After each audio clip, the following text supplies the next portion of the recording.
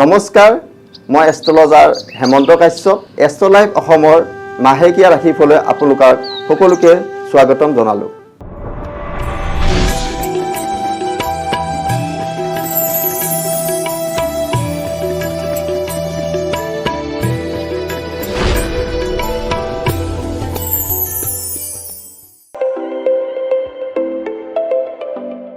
এইবাৰ আহিলোঁ মই মকৰ ৰাশিৰ যিসকল লোকৰ তেওঁলোকৰ মাজলৈ।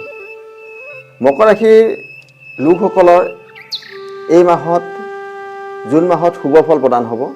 কাৰণ মই প্ৰথমতে কৈছিলোঁ যে 7টা ৰাশিৰ শুভ ফল আৰু 5টা ৰাশিৰ অশুভ ফল।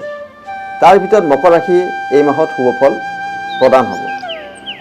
কাৰণ 1 জুন 11 জেঠ ৰাতিৰ ঘণ্টা 1:50 পিছত বৃহস্পতি গুৰু কৰ্কট ৰাশিলৈ সঞ্চাৰ হ'ব, যাৰ ফলত মকৰ ৰাশিৰ যিসকলৰ লোক তেওঁলোকৰ শুভ লক্ষণ কিছুমান পৰিলক্ষিত হৈছে।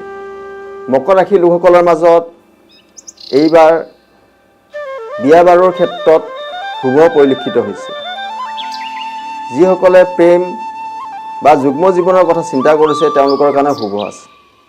ব্যৱসায় বাণিজ্য যিসকলে নতুনকৈ কৰিম বুলি ভাবিছে বা নতুনকৈ ষ্টাৰ্ট কৰিছে তেওঁলোকৰ কাৰণেও শুভ ফল প্ৰদান আছে। এই মাহটোত সকলো ক্ষেত্ৰৰ পৰাই আপোনালোকৰ শুভ ফল প্ৰদান কৰিব। নতুন বস্তু ক্ৰয় কৰিব পাৰে। এই মাহত আপোনালোকৰ ঘৰত মানুহৰ সমাগম হ'ব। এই মাহত বিভিন্ন মাধ্যমৰ যোগেদি আপোনালোকৰ শুভ ফল প্ৰদান কৰিব। এই মাহত মকৰ ৰাশি খুব বেছি শুভ ফল প্ৰদান পাব। আৰু যিসকল মকৰ ৰাশিৰ দশা বা অন্তৰ্দশা শনি চলি আছে তেওঁলোকে 30 জেঠ 14 জুন দেওবাৰৰ দিনাখন দিনৰ সময় 12:20 পৰা পিছদিনাখন ৰাতিপুৱা 8:24লৈকে গ্ৰহৰাজ শনিদেৱৰ জন্ম জয়ন্তী আছে, পালন কৰিব।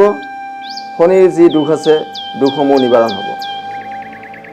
7 আহাৰ সোমবাৰ 22 জুন অম্বুবাচী প্ৰবৃত্তিৰ সময় দিনৰ ঘণ্টা 12:10 আছে আৰু নিবৃত্তি আছে 10 আহাৰ বৃহস্পতিবাৰ 25 জুন অম্বুবাচীৰ নিবৃত্তিৰ সময় ৰাতিৰ ঘণ্টা 12:02।